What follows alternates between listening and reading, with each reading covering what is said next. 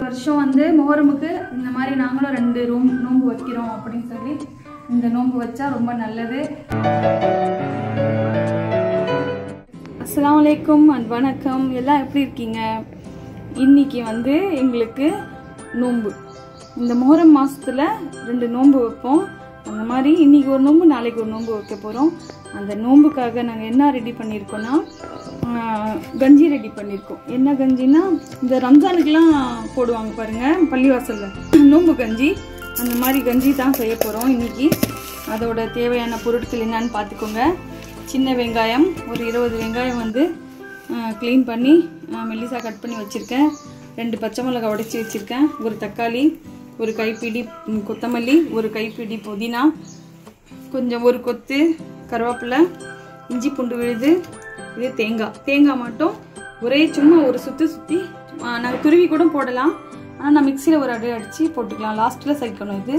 அப்புறம் ஒரு டம்ளர் அரிசி போட்டிருக்கோம், இது நல்லா கழுவிடலாம். இதில் வந்து கைமா கூட போட போகிறோம். கைமாவில் வந்து ஆட்டு இறைச்சியும் போடலாம், இல்லைன்னா மாட்டு இறைச்சியும் போடலாம். ஆனால் நாங்கள் இன்றைக்கி ஆட்டு இறைச்சி தான் போட போகிறோம். பாருங்கள், கைமா ரெடி பண்ணி வச்சுருக்கேன், நல்லா கழுவி க்ளீன் பண்ணி வச்சுருக்கேன். கடலைப்பருப்பு பாசிப்பருப்பு ரெண்டுமே கழுவி அரை மணி நேரத்துக்கு மேலேயே ஊற வச்சுருக்கேன். அவ்வளோதான். எண்ணெய் ஊற்றிக்கலாம். எண்ணெய் அதிகமாக வேணாம், ஒரு 2 ஸ்பூன்லேருந்து 3 ஸ்பூன் வரைக்கும் போட்டால் போதும். 2 ஏலக்காய், 2 லவங்கம், சின்ன ஒரு பட்டையை போட்டு தாளிச்சிடலாம். பாருங்க, இப்போ வெங்காயம் போட்டுக்கலாம்.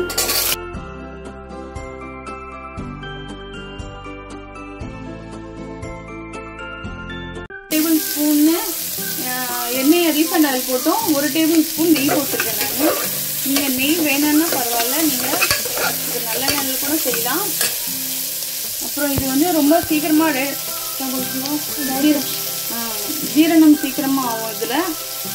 அதனால இந்த மாதிரி நோன்பு வைக்கிறவங்களுக்கு வயிற்றுல குளிர்ச்சி இது, அதுக்காக இதில் பாசிப்பருப்புலாம் சேர்க்கிறோம். 30 நோன்பு நாங்கள் இருக்கும்போது ரம்ஜான் மாதத்துலையும் இது கண்டிப்பாக ஒரு டம்ளர் குடித்தா ரொம்ப நல்லது உடம்புக்குன்னு சொல்லி இதை தான் கொடுப்பாங்க. சரி,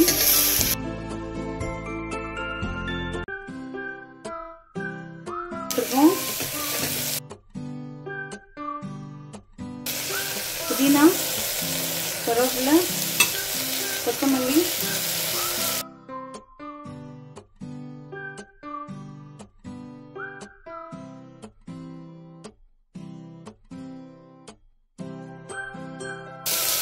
ஒரு டேபிள் ஸ்பூன் இஞ்சி பூண்டு விழுது போட்டுக்கலாம்.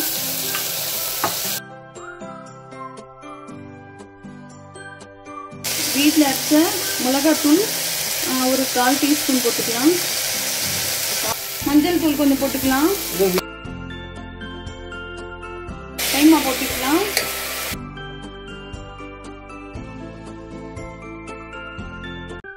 பருப்புலாம் இது போட்டுக்கலாம். இப்போ இதுதான் நோம்பு கஞ்சி செய்யறதுக்காக எடுத்தது பாஸ்மதி அரிசிங்க. இது பாருங்க, பாஸ்மதி அரிசி. இது நல்லா கழுவும் போது நல்லா இந்த மாதிரி மசிச்சு கழுவிங்கன்னா அது கொஞ்சம் உடையும். கண்டிப்பாக வந்து பச்சை அரிசியில் செஞ்சால் தான் இது நல்லாயிருக்கும், புழுங்கல் அரிசியில் நல்லா இருக்காது. பச்சை அரிசியில் செய்யுங்க. எங்களுக்கு வந்து எப்போவுமே ஜீரக சாம்பாரில் தான் செய்வோம். இன்றைக்கி பாஸ்மதி அரிசி வந்து செஞ்சு பார்க்கலாம் அப்படின்னு செய்கிறோம்.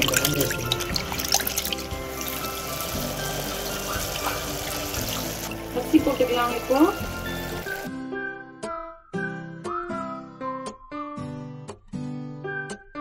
ஒரு டம்ளர் அரிசிக்கு பாருங்க தண்ணி வந்து 5 டம்ளர் போடுறேன்.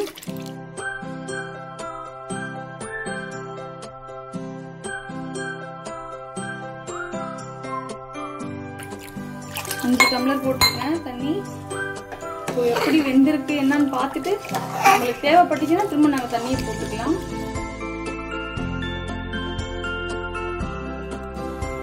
உப்பு போட்டிருக்கேன், ஆனால் பத்தலைன்னா பார்த்து உப்பு போட்டுருக்கேன்.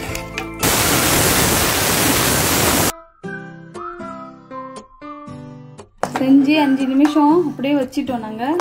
அதுக்கப்புறம் ரெடியாக இருக்கு கஞ்சி. இப்போ இதில் வந்து லாஸ்ட் அண்ட் ஃபைனல் இன்கிரீடியன்ஸ் என்னன்னா பாருங்க, தேங்காய் துருவி கூட போட்டுக்கலாம். தேங்காய் போட்டுட்டு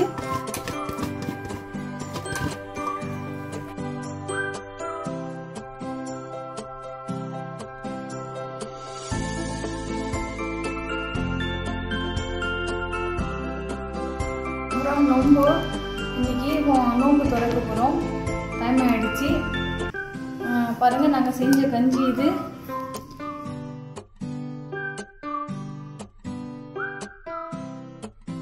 சமோசா, ரோஸ் மில்க், தண்ணி, சாம்பார். சாம்பார் வந்து இடியாப்பத்துக்கும் தோசைக்கும் சாம்பார் செஞ்சோம். சாம்பார் இது, இடியாப்பம் இருக்கு. அப்புறம் இது வந்து அக்ரோட், இது என்ன சொல்றது, வால்நட். அப்புறம் இது பெரி இது வச்சு தான் நோன்பு திறந்துட்டு இதெல்லாம் சாப்பிட்டுட்டு அப்புறம் தொழுவணும்.